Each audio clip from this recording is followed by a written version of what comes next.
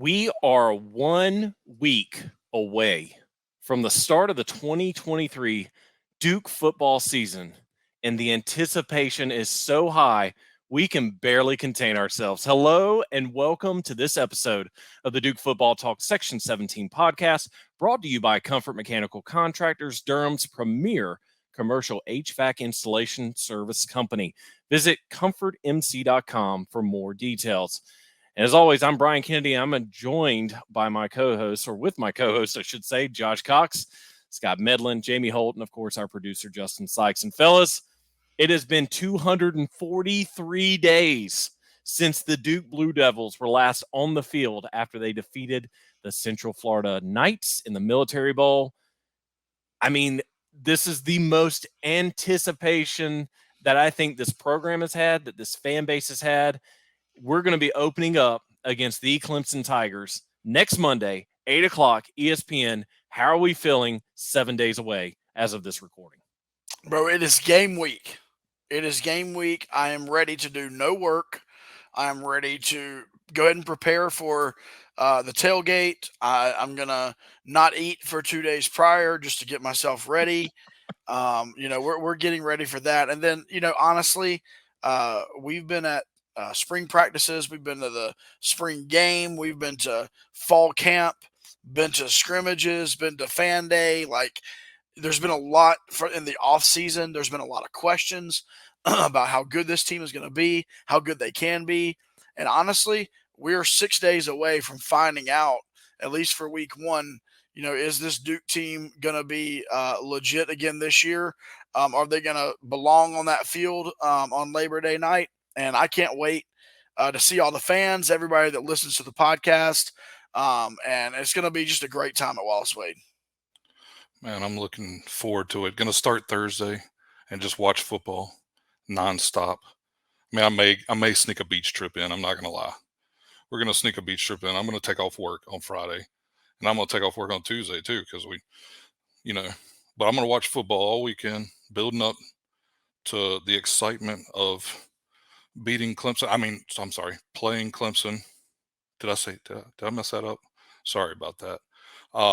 But yeah, I'm super excited about the game. Can't wait to see everybody. Can't wait to get out to the tailgate. Apparently, we're going to be getting there very early. I'm going to be out there till midnight. It's going to be a long day, but it's going to be fun, and I can't wait. Look, I was so excited last weekend. I was watching Sally Struthers A&M versus It Doesn't Really Matter State. That's who I was watching last Saturday because I was so excited about football season finally being back.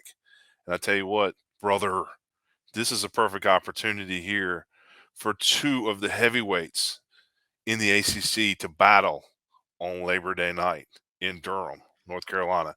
Oh, yeah. What you going to do? Yeah. If you smell what the Rock is cooking. Anyway, but man, I'm excited. I'm ready. I mean, obviously, we've talked about it. Talking season's over. It's finally time for the guys to get on the field everywhere to play. And honestly, we've talked about it. We've mentioned it 1,000 times in the last 3 weeks. This is the biggest, most anticipated starting game, I think, in our lifetime at Duke University for football. And man, if you're listening to this, we need you there. We need you wearing your blue. We need you there to cheer, scream, holler, yell at Dabo if you want to. Just have a great time and enjoy yourself. And we need as many people there wearing blue as we possibly can because, man, we need to sell this joint out. Show ESPN what Duke football is about in the 2023 season. I'm just happy to be back to have our normal episodes now from now until we're hoping the end of July, July. Listen to me. I'm already thinking of 2024, January, hoping that we will be going to another bowl game after this 2023 season is done. But everything's back. We've got the mailbag questions from you fans. We're looking forward to getting back into that. Scott's back with his This Week in Duke Football History. Can't wait to hear what this week's item's going to be. And of course, you can't have an episode without the tale of the tape. To learn more about the Clemson Tigers, a little bit background between Duke and Clemson's history. And guys, this is the earliest that Duke has opened the season with an ACC opponent Anyone want to guess? I'll let y'all try to take a guess when the last time we opened the season at home against an ACC opponent. Someone take a guess. I Anyone? will not say in my lifetime, so we'll say 74. You are wrong. Josh? 2002. Almost. Jamie? 2003. No. The price is wrong. In Bob. Rest in In peace. honor of Bob Barker, I had to go. Oh, wait, Brian. 1. Correct. Florida State came to Wallace Wade in 2001 and promptly beat the Devils by a significant margin. So that's how long it's been since Duke has opened the season against an ACC opponent. Scott, you are looking at me curiously. Isn't that the time where we punted on 3rd down at the goal line? I don't want to rehash old memories. Probably. I just remember that distinctly because we were sitting on that end. Rumor is that 2001 Florida State team just scored another touchdown. Yes. Nice. But we also have our predictions back as well, to where we give our predictions not only to the score of the game, where we think who's going to win, Clemson or Duke, and then my favorite part, what we think the team is going to wear Monday night against Clemson. From what we've discussed off camera, there's going to be some interesting thoughts as where we think the team's going to go with that. But as I stated, fellas, a week away, Clemson Tigers, and we had a great first guest to get our season started. And we typically go with the play-by-play callers for the opposite team's radio. I can't talk tonight. I'm so excited. I'm sorry about that.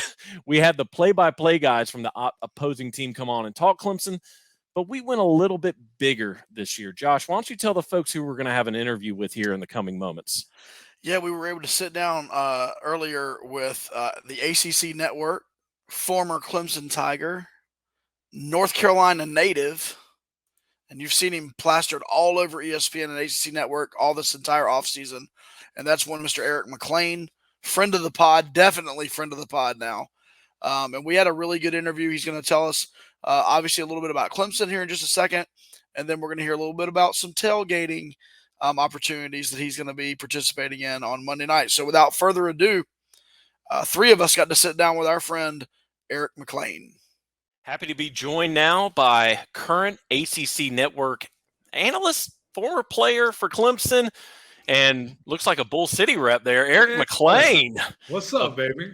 How are you, sir? We're finally here. Football season has arrived, and I know that you are a former Clemson player, but hey, you know what? Let's put all that to the side and let's talk some football. That's right. Well, let me tell you, if Duke wasn't playing Clemson, I would be decked out in all my Clemson gear, but I can't have any screenshots leading into the game. So we're here. We're neutral. This is Duke-ish blue, kind of, not really. But at ACC, man, you're right. We're here. And what an amazing week we have coming out. 5 straight days of football.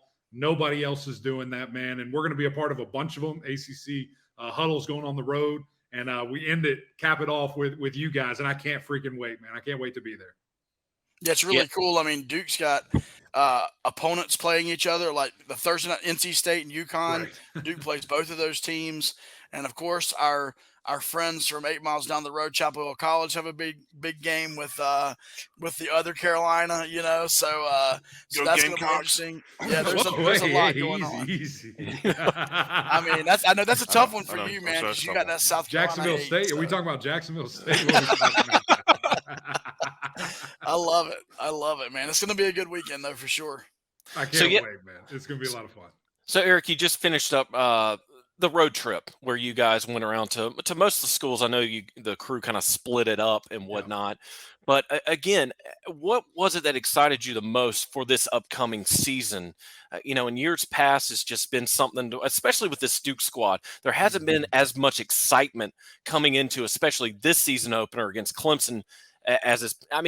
We went back and we talked about it. I don't think there's ever been a season opener for this Duke football program that is as exciting as this Clemson opener. Yeah, no, I think, specifically looking at Duke, just everything that you have coming back. I mean, from a skill position standpoint, offensive line standpoint, running back room is loaded. I know we lost Eli Pankel in the receiver room, but still feel really good about that unit. And quite frankly, I mean, you've got one of the best quarterbacks in the conference. And how far can he climb, that list and get to the top of that thing, because he's a guy in Riley Leonard that his confidence is just nuts, man. When he's in between those lines, there's nothing that he doesn't think he can do, whether it's running or passing or leading that team. And, it's funny enough, when I was talking with him about, just how have you gotten better and the things this offseason, I really thought that he was going to say something about the field, his footwork or mechanics or, just understanding the offense, whatever. And he said it's just his leadership. I mean, he was able to take that to another level, which he thinks will take everybody else to another level, because it was his team.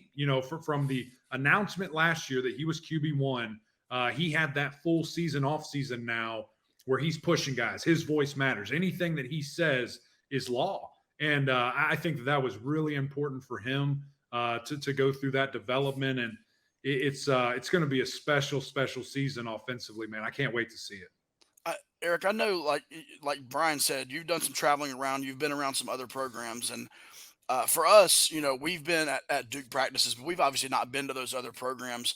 Is there something unique about what Coach Elko has going on here in Durham? It seems like the culture here in Durham is just different in a good way, and not to throw stones at any other program, but is it unique what Coach Elko has been able to do here in literally just 18 months, taking a team that was 2-9, 3-9, that was pretty set in their ways, and then flipping it 180, and you get around the program now, there's just this energy there. Is it unique? We feel like it is, but we don't have anything to compare it to. I would say it's very unique for Duke, right? I mean, what he's done it's unbelievable. The turnaround. I remember, Mark Packer and I joke about this all the time, but we were sitting at the road show last year at Duke before the season, where it was still a quote unquote battle, which not really. But we didn't know who your quarterback was going to be. And I remember sitting there watching and kind of looking around and be like, man, how many ACC wins can these guys? Can they get one? Like, can we get back in the conference win? I don't know. And then you go rattle off 9 and the way that you did it and just how special Riley was. So I think that's super unique, how quickly he was able to get buy-in and how quickly they molded these guys. I mean, just the body types, which is a lot of the same people, a ton of the same people from last year. Coach Feely and the boys got these guys right. I mean, physically, the way that they look, and the freshmen that you have coming in, I don't remember the last time I saw a bunch of Duke freshmen looking like that. I mean, you get guys that are developmental, it takes time, and then, by year 4, 5, maybe 6, they're ball players. There's some dudes on this team that might play real early, that are some young bucks that I ain't telling your names. You probably know, but I'm not telling anybody. I'm not giving away trade secrets here. But I'm excited to see it, man. And I think, just the belief that he has, in his program where, man, he comes in, he assesses what needs to be done, and he goes and does it. And so he's a great man, a great coach. And, man, we're so jacked up that he's here in the ACC and with you guys at Duke. Well, what is the overall feeling from the Clemson side as they prepare to come to Durham? Well, I think it's interesting enough. Coach Sweeney was very vocal about, Duke and saying, don't sleep on these boys. Like, we know what they got. And you have, whether it's good or bad, Clemson's full attention, right? Like, they know what they're coming into with this team. Again, I mentioned offensively, I can't talk about Riley enough, but his mobility, his decision-making, the ground and pound ability that this offense has with Waters, Moore, Coleman, Jones. I mean, you keep going, just keep rattling off the list. And Riley with his legs there. So, yeah, Clemson knows, kind of what they're getting. And I can't wait to see the battle of the lines of scrimmage on both sides. I mean, you've got a potential first-round lock, I think, in Graham Barton. Another guy that I think everybody's going to come to see Graham, but they're going to leave saying, who the heck is Jacob Monk? Like, this guy is a war daddy. And wherever he plays, maybe y'all can help me with this. I don't know if he's playing center or guard. But he's been doing some right guard. He's a hybrid. Scott Elliott, which is great. Transfer, is really taking that center spot, which is great. It's great because I think that Jacob Monk, if Jacob Monk would have been a guard, he would have been my number 1 guard in the ACC. But he was a center, so I put him at 2 or 3. I can't remember right now. But I think he's the number 1 guard in the ACC. And so seeing that, they're going to do some damage, man. And so I can't wait to see that battle. And then, of course, on the other side with RJ and Dwayne, Vince, all these guys on the defensive line going against Clemson's offensive line. So the battle in the trenches is going to be one that I'm really excited about. Well, we agree. I think we said our two strongest suits for this team were the offensive line for Duke as well as the defensive line because of all the returning players this year. So it will be fun to see that. Now, one segment that we have a part of our podcast is called the fan mailbag, to where we have our fans send us questions in about the game, and it overflowed for this episode. So we figured we'd ask you a question or two from our fans mailbag. So this one comes from Big Papa RV and one of our crew, Tyler. How much of a learning curve will there actually be with Garrett Riley coming in as the new OC for Clemson? Fascinating question. I think obviously having the full spring was massive for Clemson. It'd be one thing if it was a post-spring transition where you have such limited time. But you kind of have that season, if you will, in itself. And then the new rules with summer, like I'm pretty sure coaches get a certain amount of hours now where they get to be out there. When I was playing, that wasn't the case. It was all player-led. So situationally, circumstantially, a little bit different where they get that install. But at the end of the day, like there's a battle rhythm, there's a comfortability of calling an offense with your guys. That's going to take some time. I think that seems favorable for Duke, that this is their first time that they're figuring that all out with live action bullets going around in a game that matters and a score is being kept. So now do I think that he and Cade and Ship and all those guys have been just, grinding away? Yes. And I think that it will certainly not be probably a noticeable transition from a hiccup standpoint. But I think it is favorable that it's the first game that they're doing it. Yeah, for sure. Thinking back now, you obviously played at Clemson. I believe if we saw this right, came in as a tight end. Yeah. And then transferred over. That's right. Which is pretty cool. That means you got to eat everything you wanted as much as you wanted to put on weight. Very quickly. That had to be awesome. But thinking back, what do you miss most, man, about preparing for a Saturday? The whole gamut of playing, high level college football. What do you miss the most about the game? Yeah, it's funny. I get that question a lot, man. And truly, it's the grind. I miss the dog days of summer where it's 4 a.m. and we're waking up to go work out, and it sucks, but you're doing it together, and it's your brothers, and you're accomplishing things that people only think about doing. We're going out and doing that, and the hard work and the grind. It's very hard to replicate that in real life, right? Like you could talk about the studying and all that goes into it. I do a lot of that now and preparing and mentally thinking of these matchups and how I can articulate them on, paper and on TV, what I think they're going to look like. But that preparation from a physical standpoint is it's so fun, man. And it really is. And a lot of people maybe listen and say, you're crazy. Like, what are you talking about? But just that, pain and suffering together just brings you closer, and lifelong friends that you can sit there and say, we did that together. And, some brothers that I have now that, I only met through football. I never would have interacted, met them, whatever, if it wasn't for the greatest sport on earth, football, us coming together from all backgrounds, races, economic backgrounds, everything you can think of on the field. We're all the same and we're all equal. And it's one of my favorite things, man. That's why I truly think college football is the greatest sport there is. All right, so obviously we're not trying to rush him through to get him through with his playing career, but are you guys going to be able to make room there at the ACC Network for Dwayne Carter when he finally puts the cleats away? Yeah. Because the man is a natural to do the job. Listen, he better have his eyes set on much higher prizes than the ACC Network desk, sitting with a couple of yahoos like us, man. He's a super special guy. And like you said, I hope he plays 10 years so I can make a little more money to support my baby here. But before that happens, but man, just his mindset, his value of education, leadership qualities out the wazoo. I call him the president every time I see him. He is a great young man. And like I said about college football, man, we're lucky to have him another year, and to have him back in this sport is so important. But yeah, I'm excited to see what Dwayne Carter does when he's all said and done. Because I hope it's much higher aspirations than what we're doing. Well, he is the mayor of Duke University. There you go, the mayor. And I do believe that he actually had a campaign that said Big Wayne, the campaign, running for the student body president or something like that there on campus. That's beautiful. Hey, he's got my vote tenfold, man. All right, let's try to hone it back in for the 8 o'clock kickoff Labor Day night. If you're in town, come on to Wallace Wade and support your local Duke Blue Devil squad. And we always do this. We've done this last year. We did it, I believe, the year before last. We're going to have some fill in the blanks for you, Eric. So Ooh. whatever comes to mind, give your honest and open opinion of these questions that we have for you. So I'll get started. And again, whatever you want to say, it's judgment-free zone here on the Section 17 podcast. An area this Clemson team will excel at on the field Monday night is throwing the football deep. I think these guys, I think it's going to be a new kind of wrinkle to their offense that they haven't had in 2 years. I think it's going to be a point of emphasis, and I think they make it happen. And that's also a test on the Duke secondary, right? Which is a little bit of a question mark. I mean, Duke gave up, a lot more in the passing game last year, probably than what Coach Elko wanted to see, and so that's going to be a test. Especially being a safeties guy, I know that he's right. He's going to put emphasis on it too. That's why it should be a tremendous battle.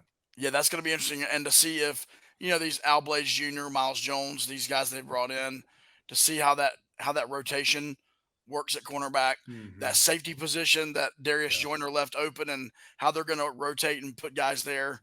That will be interesting. And so, completely agree with that take 100%. Okay. Other than the usual suspects, like we know the Klubniks and we know the Shipleys of the world, but who is someone else that Duke fans need to watch out for on that Clemson roster Monday night?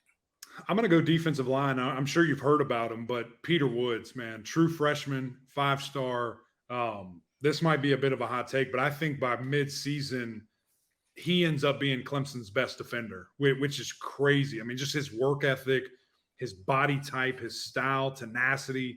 He's just a violent guy. And obviously he's going to be dealing with some dogs in the middle there for this Duke offensive line. But I think he's a guy that's up for the challenge, and we might hear number 11's name a couple of times on Monday night. Well, let's see here. What is a key matchup, would you say, from the Clemson side? And then also, what is a key matchup from the Duke side?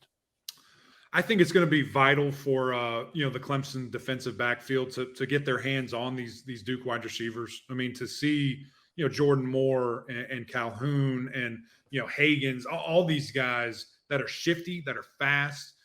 You got to be physical. You got to throw off the timing, throw off their routes. Do not just let them run free. And we saw that Wake Forest game last year. We saw the Tennessee game last year, where those two teams were able to go deep early and often.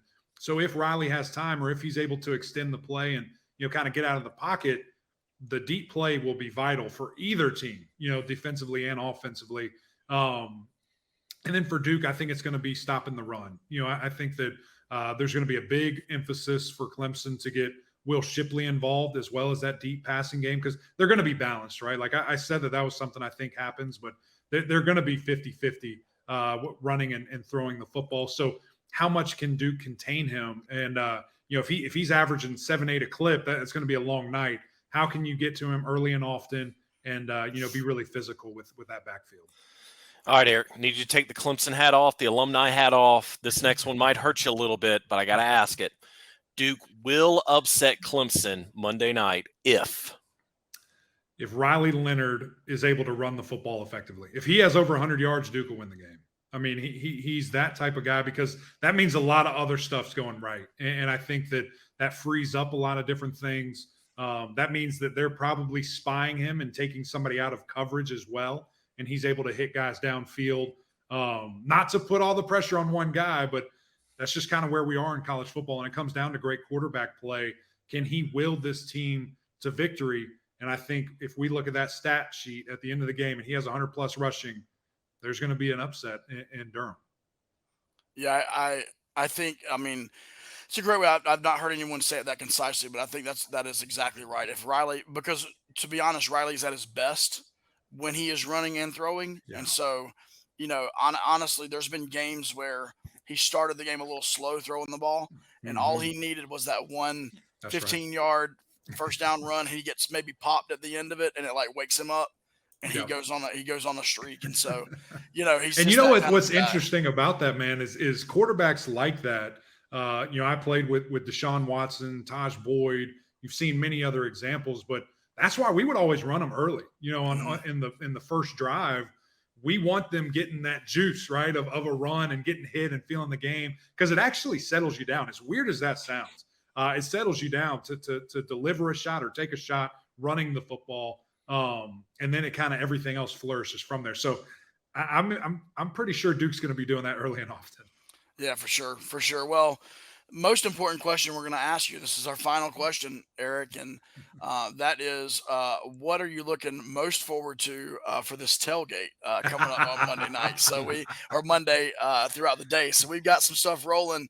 What are you looking forward to about seeing some Duke fans there before the game? I can't wait, man. Listen, Duke is one of my favorite places that we go on the road trip. We went to a game way back when, and now we're back. So I'm expecting some great food. No pressure. I'm expecting some great food. I'm going to hit a workout in the morning. I'm coming to see y'all for breakfast. Then we'll be back with the TV cameras, and y'all don't get nervous. And we're going to record some fun stuff, man. So can't wait for some great fellowship. I may or may not wear a Duke shirt. We'll see. I got to pick and choose my spots here. But I'm excited to be with you guys and very grateful for the invitation always. Hey, I'm pretty sure, Eric, if I remember right, on Twitter or X now or Instagram, pretty sure you took some Duke stuff home with you. Oh, hey, listen. And I'm also sure that some of your co-hosts were upset that you got all the swag That's and right. they didn't get anything. Let me just say something. Wesley Pickle is one Yes. of the best in the world at what he does. And I've known Wesley a long, long time. And as soon as I got there, he said, "Come on in, man," and had a stack of amazing Duke stuff. I actually had a couple of Duke players in my former players, Matt Scora to be specific, said, "I don't even have that much good Duke here. What the heck are we doing?" And so, yeah, I've got plenty to rock and roll with. Don't you worry. We've got a couple Section 17 podcast shirts. We'll have to make sure. 3X, whatever you got. 3X if you got you. We got you. So, no, that's great. Yeah, and Josh actually skipped over one question. He wanted to get to the tailgate. You know, he's looking. Listen, we're excited. Scott, you take this last one before we take it home. Listen, it's not uncommon for me to skip over a football question to get to a food question. Some food. That is not uncommon at all. Totally understandable. I mean, food, and food. Those are the food groups, right? That's right. All right, so last question. Clemson will return to the ACC title game this season if – I was about to give you a super arrogant answer. But I'm do it. Just do it. No. I think the offense has to get back on track, right? I think that, it's something where it hasn't looked like what Clemson fans are used to. It hasn't looked what Clemson players and staff are used to, with the lack of explosive, plays through the passing game, the consistency at the quarterback position and the wide receiver position. I think that does change, from what I've seen in practice there with the talent that they have, but also the scheme and, just confidence that I know this staff now has offensively. So, yeah, I think barring major injury, I think the Clemson Tigers do roll and get back to Charlotte. Do you think that it's going to have – I mean, obviously Clemson's in control of their own destiny, but the Florida State kind of wrinkle this season, right? I mean, there's not been another ACC team in recent history that's come in with as much preseason hype, right, in the ACC other than Clemson as what Florida State has this year. And so how much do you think that's going to play into it?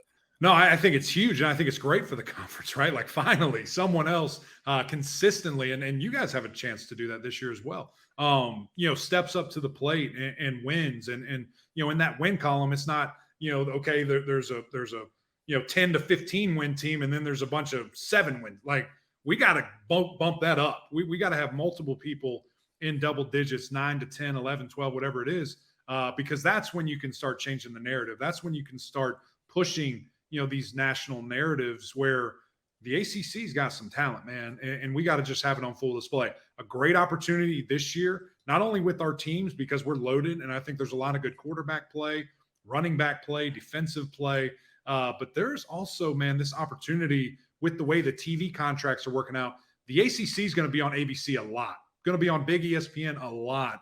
You have to take advantage of that this year. You have to win and be impressive in those showings, especially the out-of-conference matchups. So I hope we all at our 14 schools go fly those flags. And my God, if we could just beat Notre Dame, please take care of business. That would make me feel really good. I think I agree with you, Josh, as well as Scott. We have our feelings about Notre Dame football, but we won't say that here on That's this right. podcast. I But don't want to look, hurt anybody's feelings. oh no, of course not. But Eric, look, it has been great catching up with you. We love your work. You know, we're happy to have you join us at the Section 17/Hard Hat Guys tailgate at the B5 lot. If you don't know where that is, don't worry. We'll have some more information for you. But again, we are looking forward to seeing you on Monday. Safe travels. And until then, we'll see you on Monday. Appreciate you guys so much. Can't wait, man. See you Monday. And our thanks again to Eric Mac Lain. It was a great time sitting down with him, Josh, Scott, and I. I mean, that's one of those interviews. We could have gone a full hour, fellas, but we didn't want this first episode to be a 2-hour episode. So thanks to Eric. We're looking forward to seeing him next week at the tailgate. Again, Josh said it beforehand. We'll have some more details later in the episode of what all is going to transpire at the tailgate, but we'll have them there. And rumor is, again, ACC cameras might be there, ESPN cameras. So if you want to be on TV, if you want to shoot your shot, come on out to the tailgate. But Josh, Scott's going to be there. Yep, The big dog's going to be there. I will definitely be there, ready for whatever may happen. Yep. Well, at 8 in the morning, yeah, you're going to see it all. Breakfast, lunch, and dinner. That is the plan. Hey, 3 great meals a day. Shout out And hard hats. 2 of them man. there with the hard hats. So that's what I'm saying. Probably a snack too. Ooh, true. Very true. Yeah, it's going to be fun. But let's go into the mailbag segment of our episode. And we want to thank you, fans. We had a ton of questions come through both on Twitter and Facebook. I don't know how many we'll get through for this episode, but we want to thank each and every one of you. Keep those questions coming as we progress through the season. So, Jamie, without further ado, get us rolling with our first question for this week's game. I just want to say this. I'm going to break Brian today because I'm going to get to all the questions. Oh, man. Yes. And this time I'm going to start with Facebook so people can't say that I ignore Facebook. Thank you so much, Jamie. Yeah, our fans are so happy to hear that. Peter Dodge, friend of the pod. Peter. He's wondering if Clemson has improved their pass defense.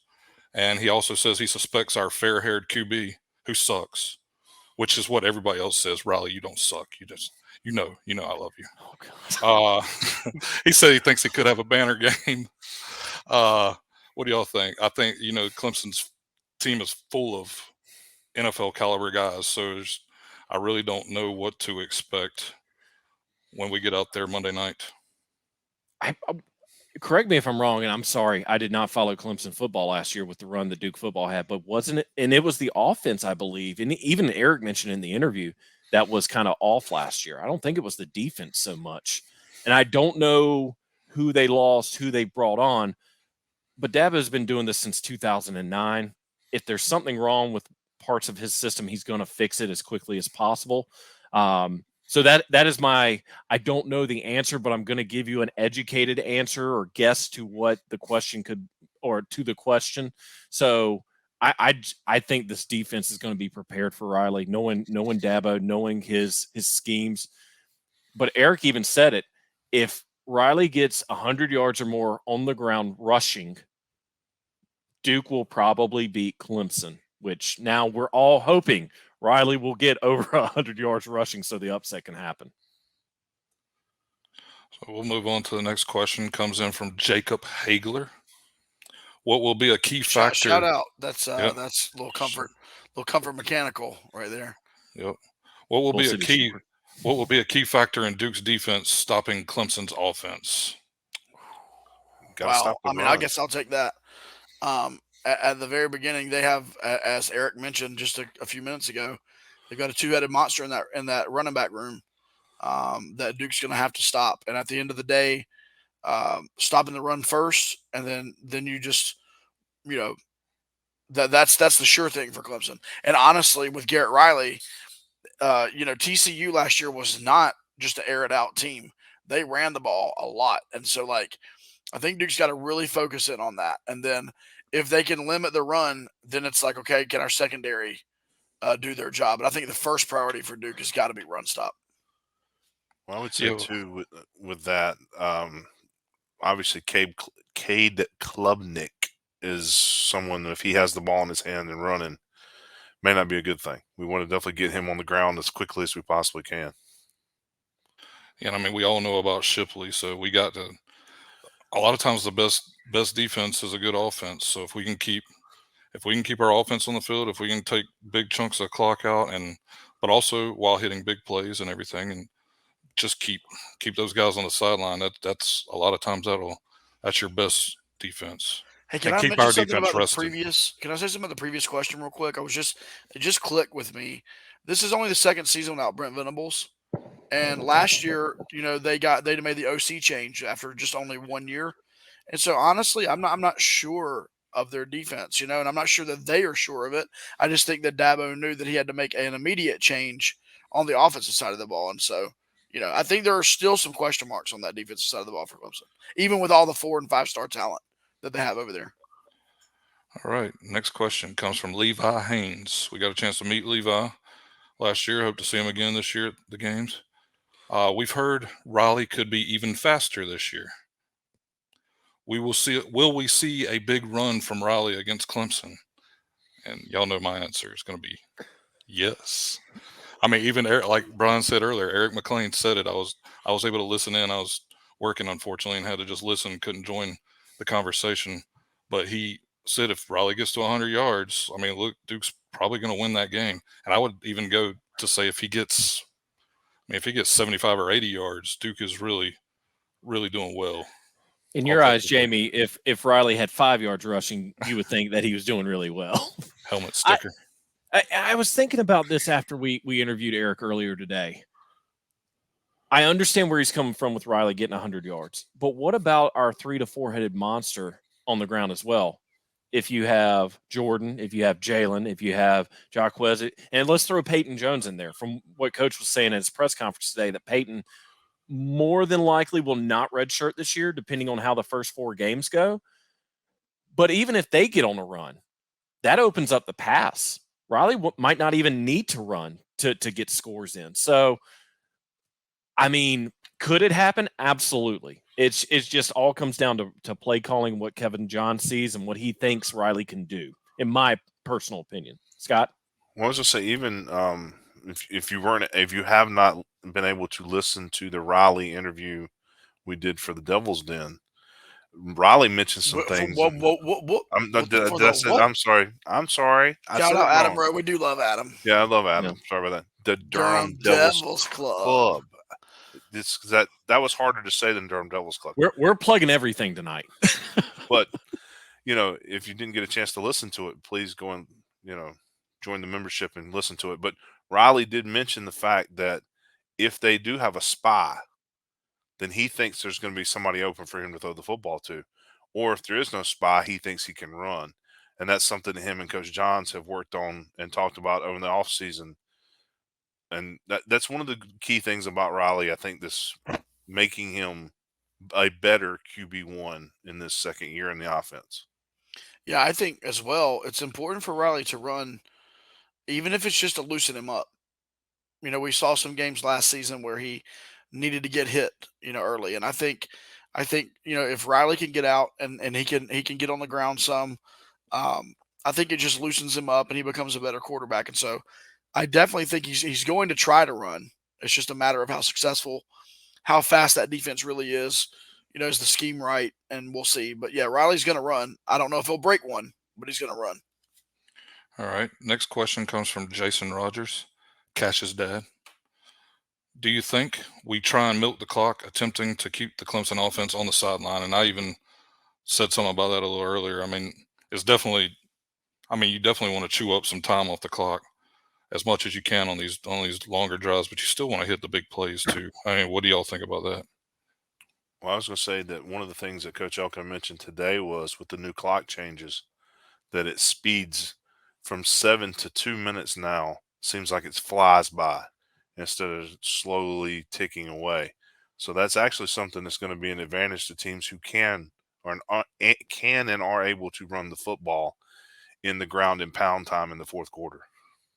Yeah, so I equated, and to your point, I was going to say that something like that too, Scott. I watched the Navy Notre Dame game this past weekend, We all know Navy is known for their triple option, running the football 95% of the time. Well, it was funny because when the game ended, I pulled up my guide, and they had equated it to be, I believe, from 2:30 to 6 o'clock for coverage. It was 5 o'clock. So the game ended an hour earlier than they expected. And I think that has a lot to do with the running clock. Now, to Scott's point, if you start running the ball and you start having success and you've got the lead, absolutely milk that sucker down. Now, we're not going to be doing, if we're up 7-0, let's say in the first quarter, we're not going to start doing that. You want to keep pounding the ball, keep pushing it, and getting more scores. But yeah, if we're late, and correct me if I'm wrong, guys, it's only the last 2 minutes of the game where the clock stops, not before halftime like the NFL does, right? Okay. Yep. Okay. So knowing Coach Elko and his staff, they're going to play all the way through. But let's face it, if they've got the ball and there's 5 minutes left in the fourth quarter, absolutely, they're going to milk that thing until the 2 minutes and then make Clemson forced to use their timeouts if Clemson's behind. Yeah, I think there's a fine balance there, Jamie, to the question as well. You want to milk the clock, but you also want to take what the defense is giving you. And if that means that if they understand the potential of this 3 to 4 headed monster in the backfield plus Riley, and they put 8 in the box or they're, whatever they do, I think you got to take what they're giving you if you're Kevin Johns. And so I don't know that Duke's going to specifically come in and say, hey, we are going to commit to the run. I think Johns proved last year he's going to adjust depending on what the defense is throwing at him. All right. Next question. Regina Lee. What does our own bowlatologist, Brian Kennedy, think about the Athletics' way too early projection of playing Ole Miss in the Duke's Mayo Bowl? Now, before Brian says, I'm all about this one because it's 2.5 hour drive from the house. Let's go. Jamie just doesn't like to fly. For all of you who don't know Jamie, if it's a bowl game in San Diego, he might have to, if the game's on a Friday, he's leaving on Monday so he can make the trek across the country. He will drive. Okay.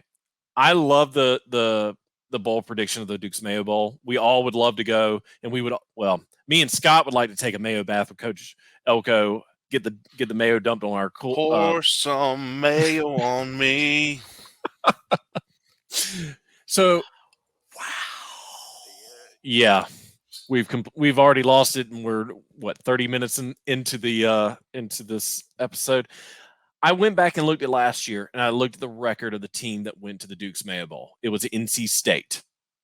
They finished 8-4, and the Duke's Mayo Bowl just had top precedent as far as picking the team over the Military Bowl. Could I see Duke going to the Military Bowl? Yes, I could see them going to the Military Bowl. Could I see them going to the Duke's Mayo Bowl? 100%. But in my humble opinion, for Duke to be able to get to that bowl this year, they're going to have to beat either Notre Dame, Clemson, or Florida State because the ACC is better than it was last year. Some of these teams that were not as good last year, your Miamis, your Louisvilles, they're gonna step it up this year. And then, of course, you've got the usual suspects who are always going to be in bowl contention. So don't get me wrong. I'm like Jamie. I'd love the 2-hour drive down to Charlotte. I could see it happening, but Duke's going to have to, again, in my personal opinion, beat one of the 3 heavyweights to at least be in consideration for that.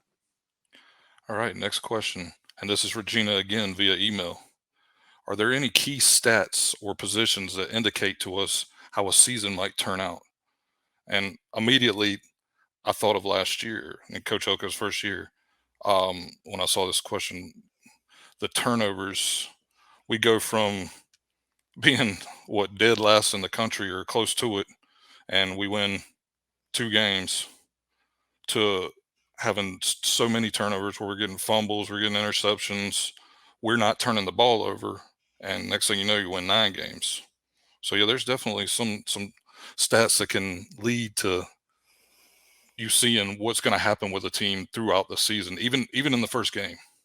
Yeah, I would add to that not just turnovers, but also the protecting the quarterback. I think, we've looked back in trying to figure out what happened to Duke football over the years, and we were able to kind of see the demise begin when John Latina left as the offensive line coach. We were able to immediately see, the sack numbers and all of that go up the following season. This past year, we kept Riley off the ground as far as being sacked. Graham Barton, Jacob Monk, and company. And so I believe along with turnover numbers, I believe keeping your quarterback on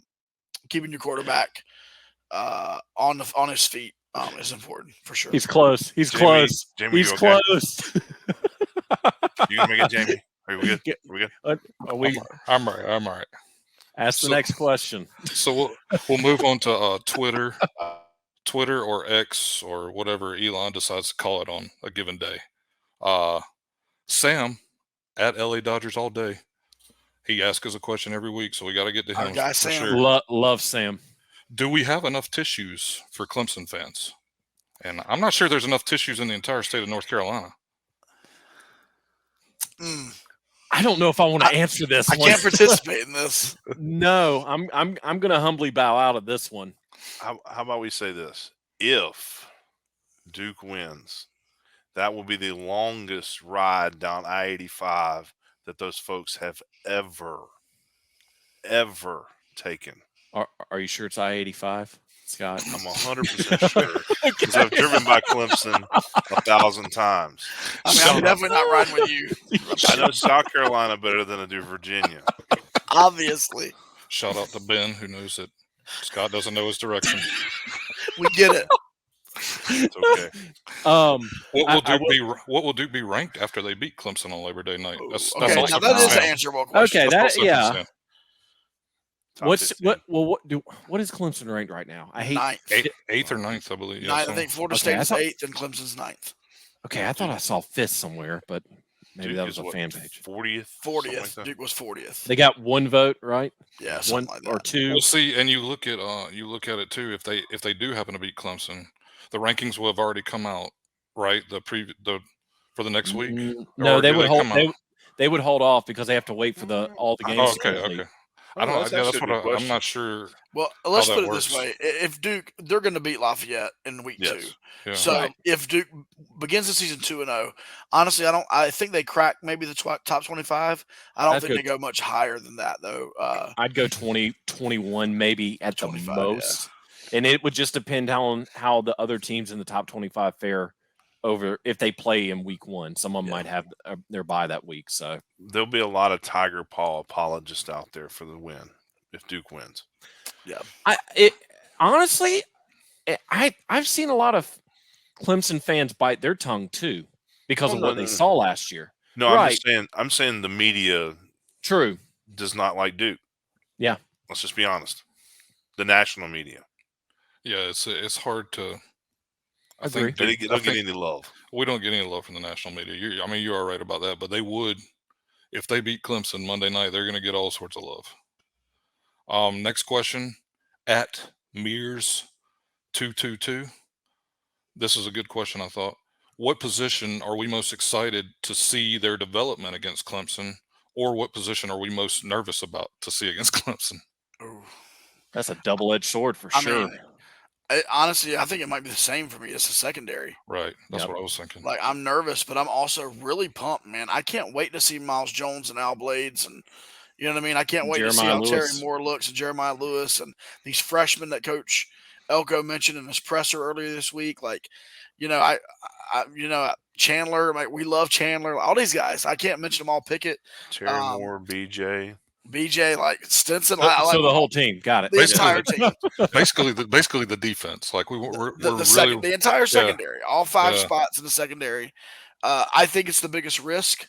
At the end of the day, Clemson's got, they've got obviously some ridiculously, freakishly talented wideouts and things of that nature. And to see just how Duke is able to match up is going to be interesting. And yeah, I mean, my eyes will be on the secondary for sure. I'm going to throw a group out there that not many people are saying, and I'll give my reason why, and it's the running back core. Because that was one section of the team last year that outperformed what many of us thought, especially with it being a 3-headed monster. Now we've got a potential 4-headed monster. And I'm not saying this is going to happen, but I'm hopeful that this group takes the next step of progression to where you might have a couple 100-yard rushers in one game, not a Lafayette game, but like a true ACC game, to where, God forbid, one of them goes down, the next person up, you can't even tell that they've been taken out of the game. You know what I mean? It's just the numbers changed. So, I'm excited to see what all 4 of the running backs can do. I'm praying no injuries and that there's no regression in that room. I would say I'm interested to see just how Duke's defense is able to play against that 1-2 punch of Shipley and Maffa. Those two dudes are similar, but are totally different. The builds and everything, because they're just both so quick and fast. So I'm interested to see how Duke responds against those guys. All right, next question is from our guy Tyler at Splash Obi, creator of Awesome Reels. How do you stop a player the caliber of Shipley? What Scott just was talking about. I'm not sure there's a good answer to that. I just think you kind of hope to slow him down. What do you guys think? Yeah, you have the danger of focusing your attention on a guy like Shipley and then forgetting there are other 4 and 5-star guys on the field. And so I don't know that you game plan specifically for Shipley, but the thing about him is he can hurt you in so many different ways, including special teams. Mm-hmm. And so I think that's a big thing for Duke is, let Shipley do what he's going to do on offense, but let's not let him get going in the special teams, that type of thing. So, yeah, it's difficult. It would be like saying, how do you stop Riley Leonard? You know what I mean? It's like, well, if you don't want him to throw the ball, okay, cool, well, then he's going to run. Well, you don't want him to run the ball, okay, well, then he's going to throw. And Shipley, while he's not a quarterback, it's kind of like that, And so, I think it's very tough. And he's obviously spent several, however many years now in the Clemson system. He is kind of the heart and soul of that team. And he's a tough player. And, every week that we're not playing against Clemson, he's an awesome, fun player to watch. And so, nothing but respect for him. This next one is almost like it was directed right at Josh. Tyler at TS Lester. How much improved will the Duke kicking game be? Oh, yeah. Love letter to Todd. Here we go. Todd Polino, man. Todd Polino. Number one, Todd Polino earned himself a scholarship, which is awesome. Got that during the offseason. Secondly, Todd Polino seems to have improved his distance kicking the football. We saw him put one in over like 52 yards, I believe, which the thing with Todd last year was that he was very accurate, but anytime there was like a long field goal, they still went back to Charlie. So at the end of the day, I love the kicking game. Porter Wilson obviously is an incredibly good punter, gifted punter. Just so fans know this, if something were to happen to Porter, Charlie is the second punter as well. So I think the kicking game is in good hands. In good hands. That it is. There he goes. Hold on. Or good feet, maybe. Good feet, yeah. For people that are wondering, it's the private chat that gets me. It's the private chat that always gets me. At Blade for Duke, are there any mismatches that Duke could potentially exploit? I think the wide receivers. Yeah, it's Clemson, man. I don't know. Not many weaknesses. That's one of the things that Eric mentioned, though, earlier. He said he thought the Duke wide receivers matching up against Clemson's DBs could be a thing that works in Duke's favor. And once again, Riley Leonard is one of the best quarterbacks in the ACC. Let's not. It's the truth. You're right. You're right. He's a matchup problem. Yes. And we got one more question, and this comes from Anthony at aweeks91. I usually don't do opposing team fans, but he runs the Clemson pod Around the Paw, and he will actually be interviewing our own Scott Medlin about the game on Wednesday. So y'all be sure to give that a listen. It's actually tomorrow. It got moved up. Oh, tomorrow, Tuesday. Okay, so it's moved up, but y'all be sure to give that a listen and see what Scott and Anthony have to say about the game that's coming Monday. His question was a good one too. Duke's secondary seemed to struggle some last year. Even though we did get a lot of turnovers and stuff, we were 107th against the pass. What kind of changes were made to shore up the secondary? Yeah, so Scott, I'll give you your answer if he asks you this right now. I mean, I think obviously hitting the portal was important. Nothing, and this is nothing against returning guys like Joshua Pickett, Chandler Rivers, but at the end of the day, both of the cornerbacks that Duke added are 6 foot tall or over. Al Blades, Miles Jones. If those guys can stay healthy, I think especially Al he feels like he's got something to prove. I think he was highly touted going into Miami. It never really has worked out there, and I think you hitting the transfer portal and having 4 guys at cornerback that you really feel good about. If you look on if it's 3rd and 7, and you see Joshua Pickett and Miles Jones out there in the next 3rd and 7, you see Al Blades and Chandler Rivers, you're fine. Right, you're feeling like you're good. So I like the depth that we've added at cornerback. I don't know if there's anything else really about that, guys. What do you think? No, all right. Hey, sorry, I was trying to find the unclick the mute button. Gotta love big gulps, yeah. huh? Well, see you later. See you later. And Jeremiah Lewis as well. Yeah, that was one key that none of us expected to come back, because we expected him to end his we did not expect him to be back in Duke. We expected him to end his career at Northwestern, but with everything that happened, it afforded Duke the opportunity to bring him back on. So yeah. And we've said it before too. That is one area that Coach Mike Elko takes personally: secondary, safeties, everything like that. So I'm sure he saw the stat line at the end of the season. He's not going to be complacent with that, and he's going to make the adjustments and the improvements. Hopefully it'll show against Clemson to put everyone on notice for the rest of the season. And I really think Chandler Rivers has all the tools to be one of the best corners in the entire ACC. So, and we hope to see that this year. That's the end of the mailbag. Josh, you want to take us on to That's it. Thank you, Jamie, for doing that. Thank you, all listeners that you can send those in via Twitter. We typically put a post up a couple of days before we record. Also on Facebook in our group, and then at any time you want, you can email us, dukefbtalk@gmail.com, and we'll take any of your email questions as well and put them in the mailbags. And so we do appreciate you guys interacting with us and on each episode. This brings us to one of our segments that we added last season, and we have added a sponsor, Bull City Sheet Metal. We hear a little bit more about them at the end of this segment, but without further ado, Scott Medlin is bringing you This Week in Duke Football History. So for this week in Duke football history, we're going to go way back, almost 365 days to September the 2nd, 2022, when Duke opened the season under the Friday Night Lights to open the Elko era with a 30-0 win over Temple. Riley Leonard went 24 for 30, 328 yards with 2 touchdowns and 0 interceptions, and also rushed for 64 yards.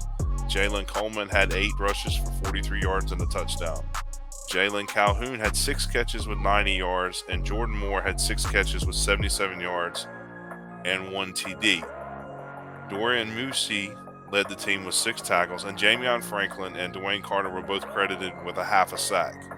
What a great start to the Elko era and to the 2022 season for Duke. And that was This Week in Duke football history, brought to you by Bull City Sheet Metal.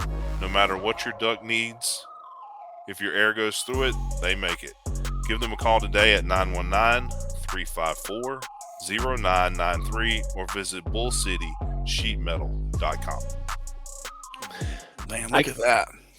So that Temple game, a legend was born, and his name was Riley Leonard. Restraining order now to 300 yards. Helmet sticker, Riley Leonard. So really quick before we segue, it's crazy to think that this time last year we had so many what ifs and what's going to happen. Mm-hmm. I think some of us were even talking about Temple possibly beating Duke, if I remember correctly. And I'm not throwing shade at this, but with everything that this program had gone through the last 2 years, we didn't know what to expect from Coach Elko and his staff. But we were pleasantly greeted with a 30-0 trouncing that first game of the night. And I think we all just collectively took a sigh of relief after that game and said, okay, we're in good hands now.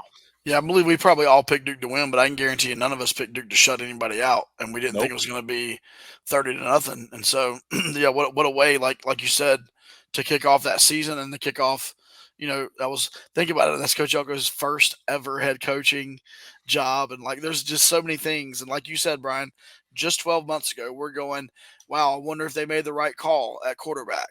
Man, what in the world is that receiver room going to look like? And is Speedy and Darius, are they going to be any good? Are they going to, those types of things, just to see how many questions got answered very quickly. Will Duke win more than 3 games? Right.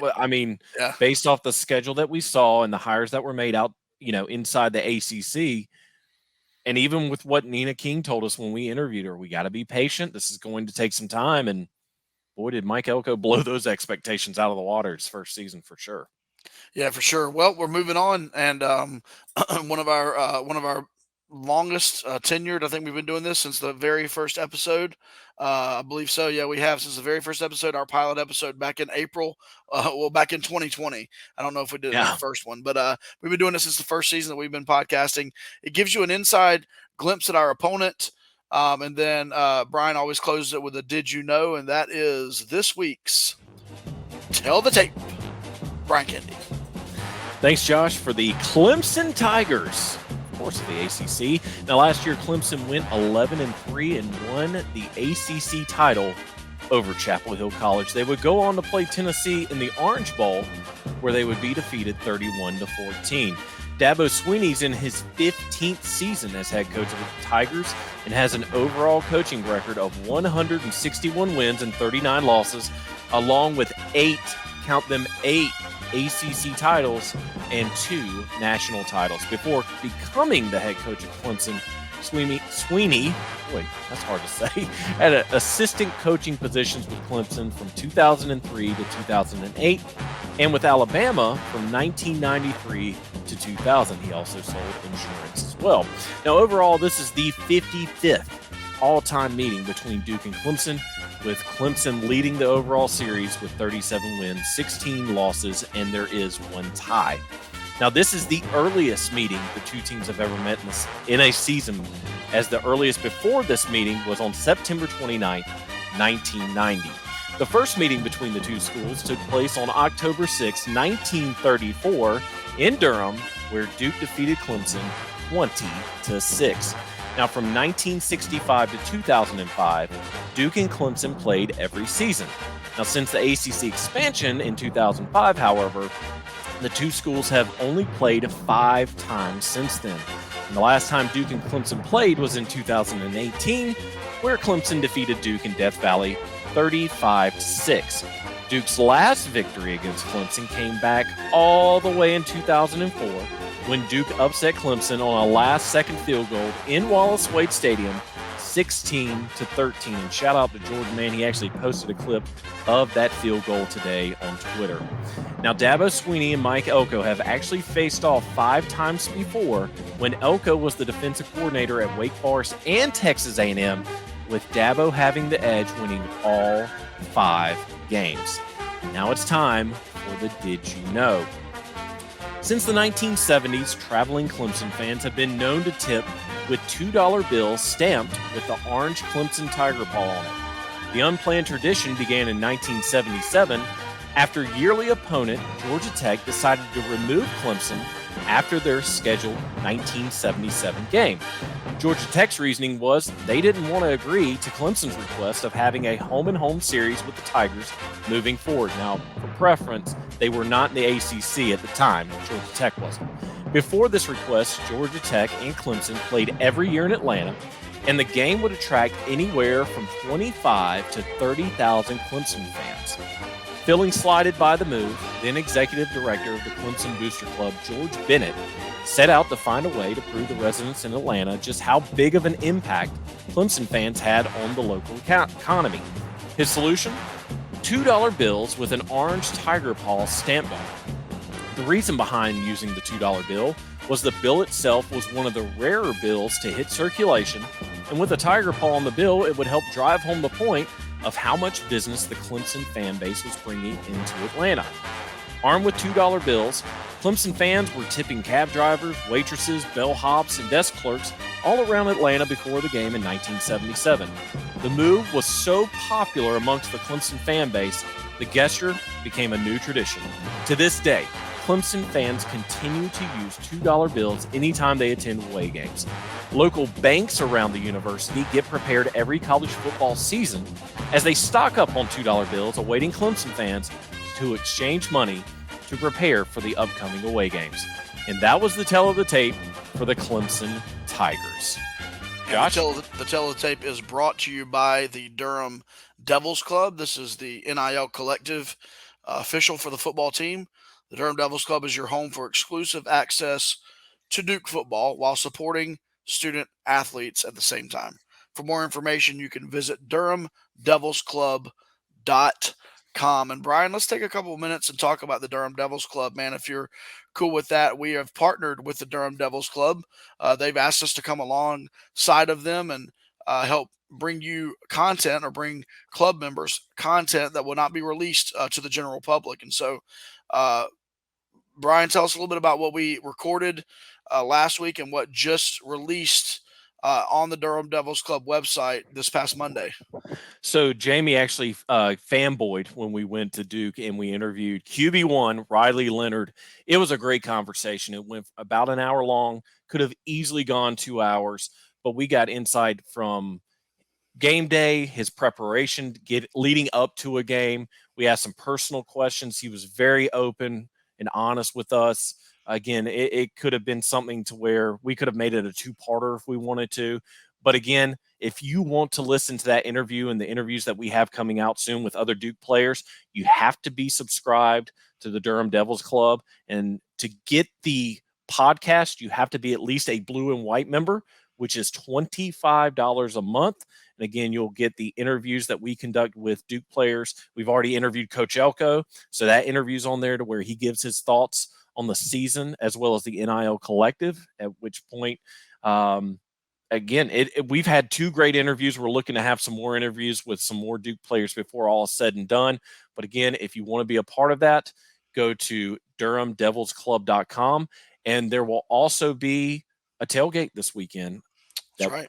That Anybody connected with the Durham Devils Club, collabing with us and the Hard Hat guys, invited to our tailgate in lot B5, which is right outside the visitors gate. We'll be there all day, as we mentioned, and so we want to invite you to that. And Jamie's actually repping something really cool from the Durham Devils Club. Jamie, let's see at least the front Lock the Gate T-shirt. That's a player design T-shirt. On the back of it, it's got a old school throwback devil. It's got the gate there, and just so fans understand that slogan, it's when the team comes through that tunnel, they get on the field, they shut that gate, they lock the gate, which means they leave everything off the field. And for that next couple of hours, they're completely focused on just what's inside of those sidelines. And so that's their slogan, Lock the Gate. Right now, we're running a special with the Durham Devils Club. If you sign up at the blue and white club level or above, you actually get a free Lock the Gate T-shirt. And then found out today, we'll have coupons for you at the tailgate. If you want to buy more than your free one, we've got a 15% off coupon code for you that we'll give you at the tailgate. And so if you're a part of the club, please come let us know. We'll throw some merch at you as well from Section 17 if you're a part of the club. And then if you're not yet a part of the club, come to the tailgate. Ask us. We'll be able to answer any questions. Some other members from the Durham Devils Club will be there as well, and they can answer any questions. This is a way for you to be involved financially, but also you're getting something from it. You're not just donating. You're literally getting benefits and perks depending on the level that you support Duke, the Durham Devils Club at. So anyway, that's a quick plug for them. And now, Brian, you got anything else? Yeah, you get to hear more of us as well. I'm going to do a shameless plug for us. But going back to the tailgate really quick, Josh, we've already confirmed Eric Mac Lain and members of the ACC Network media are going to be there to not only enjoy the tailgate, there's going to be some cameras there as well. We have confirmed that a couple former players are going to be there at some point. We don't know when. They just might show up and start hanging out with us. We've got players' families that always show up. you're going to have all 4 of us there. Don't you want to see us in person and commingle with us? The hard hat guys, they have been legends since 2008. So come by and see. They'll have whatever Duke's repping on their helmet, on their hard hats. So it's always good to see what they have going. It's just going to be a good time. And yes, we will be there probably 8 in the morning. Jamie, we're going to probably have to drag Jamie out of the bed to get him there, but we're going to be there. It's going to be a great time. We hope to see as many of you there as possible. And let me just say this, guys. Eric, as you heard today on the interview, like legitimately bringing the camera crew. And man, we don't want to have the ESPN camera crew there and us have 15 people. Yep. If the ESPN camera crew is going to show up, we need to show out and have as many people there as possible. And so, we'll be tweeting. Eric's going to confirm times and whatnot with us. We'll be tweeting all about that. So follow our Twitter page for that. But yeah, that's Durham Devils Club, Section 17, Hard Hat guys, kind of all coming together to give you the absolute, honestly, we're not just saying this, the absolute best tailgating experience at Duke. There's no question about that. And so, and there will probably be Clemson fans there as well. They are welcome. We want everyone there. It's going to be a good time. Yeah, for sure. For sure. Well, now we're heading into one of our favorite segments of the program, and that is where we talk a little predictions. And, there's been a lot of lead up to this. Last week, we gave our season predictions. If you haven't listened to that episode, please go back and do that. If you have not yet, this is a great reminder. If you have not yet turned in your season stat predictions, you could win a Duke Football Talk mini helmet along with a Duke football Section 17 podcast t-shirt, the winner at the end of the season. But we want you to be involved as the fans. We've already had way more people involved than we had last year. We've got, I think, 42 people that are involved so far this year. That surpasses what we had last year. But you can go to DukeFootballTalk.com. Just scroll down a couple where you'll see the season prediction link, and you can do it right there on our website. So we want to encourage you to do that. But guys, let's talk about it. I know we may be inconsistent if people go back and listen to last week's episode and then maybe what we predict here. But hey, listen, no harm, no foul. Sometimes you got to go with your heart instead of your mind. But let's talk season predictions. So, Brian, remind us how this works. Okay, so go ahead, Scott. Let me give a shameless plug real fast also. I don't know if Josh mentioned it or not. We will have some of our Bleed Blue shirts there with us at the tailgate, and we'll also have our new Section 17 shirts that we have this season, and should have every size you need. I was going to say, too, the old Bleed Blue shirts, guys, we'll give them to you for $5. Yes. So here's the deal. The new ones are $20. So you can get a new one and a Bleed Blue for $25. You can't beat that. I'll make it even better, Josh. Do it, Brian. What you going to do? If they buy 2 new Section 17 shirts, we'll give them 2 Bleed Blue shirts for free. Nice. Even better. We'll do that. I'm just Santa Claus. So you could walk away with 4 T-shirts for $40. But there you go. Right. There's more. Oh. All right. So this is how it's going to work, as we did last year. Once the episode drops, with the game being Monday, let's do it Thursday. Thursday, we'll post a tweet and in our Facebook group where you're going to give your prediction. Now, in order to win a free Bleed Blue shirt, you have to guess the winner right first. And then whoever is closest to the actual score will win a Bleed Blue shirt. So good luck to all of you. We're about to give our predictions. And you know what? Throw in what you think the team's going to wear too. We like to have fun with that. We're going to give our jersey combo predictions here with our score predictions. So let's just go ahead and get going. Who wants to go first? Who feels like taking the sword? I'll take one for the team. Go right on ahead, Scott. What you got? All right. So for the score, I do think there will be some points, and I think that's going to be great. I'd much rather see the Duke side have more points than the Clemson side. I think at the end of the day, Clemson's going to have a 10-point lead going into the fourth quarter. Duke's going to score a touchdown to make it a 3-point game. And then I just feel like there's going to be a Clemson stop that's going to hold us back from getting the W. However, if there is a win, you sleep where you want to, you lay where you need to. When the game is over and you're done partying, you lay wherever you want to. And you can tell them that I told you could do that. But I'm going to say 38-35 Clemson.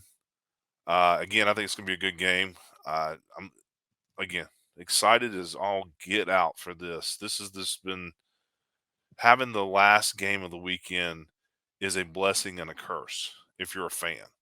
To me, my fandom, as just a football fan in general, man, I'd rather they play Thursday night. But we take the cards we're dealt, we have fun with it, and we have a good time. As far as the uniform combo, man, I think we could go all over the place here. And dude, I think we go with the blue lid with the black D. Then let's just go all blue. Let's say blue tops and blue pants. So a blue out. Yeah. With the black D. And if they're wearing purple pants, that would be awesome. So correct me if I'm wrong. My understanding is Clemson only wears the purple jerseys during Military Appreciation Week. I think that's right. I'd love it too, but I just don't think see that's that right. happening. Well, no, the purple tops. Purple tops. They could still wear the purple bottoms. Oh, okay, gotcha. Well, they're going to be wearing white, so they're going to be wearing white.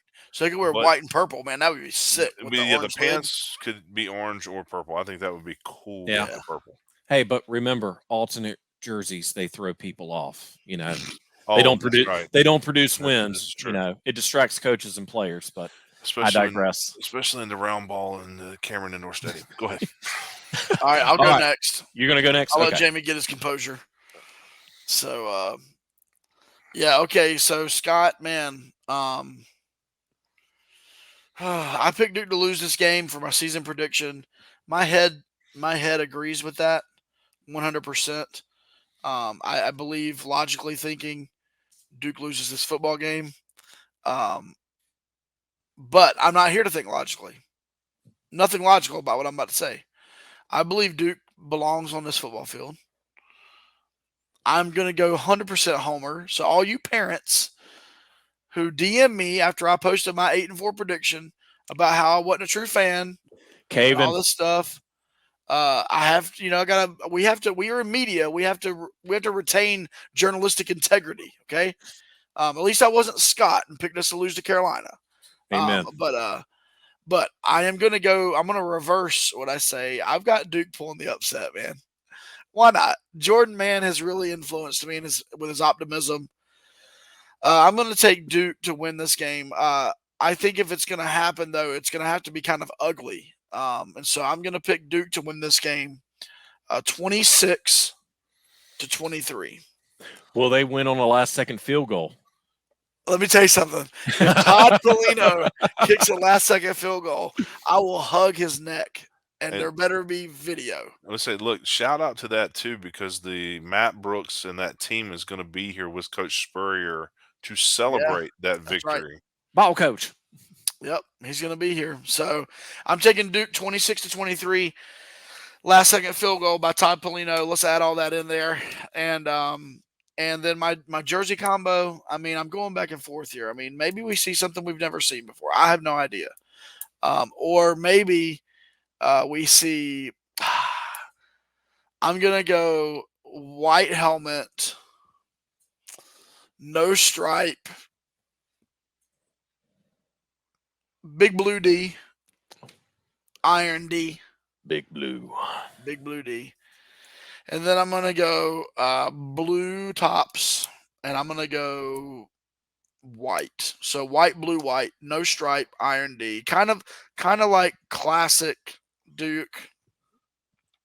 Yeah. Let's go with that. Jamie, good luck. All right.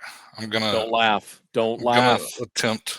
Shout out to Ben, because that was a question that I avoided because I didn't know how much I was going to laugh. It's been at least 4 times, though. At least 4. I'm composed right now. I really am. But see, there's the group, the private chat. Like I'm going to have to close that. It's like it is ridiculous. All right, we'll leave you alone. We'll leave you alone. Go ahead. I'm going to stick with my heart and stick with what I said last week. Duke's going to turn the college football world upside down. And Wally Wade's going to go into celebration, and we're going to celebrate all night. And Riley Leonard's going to run wild on that Clemson defense. And Duke's going to win 38-24.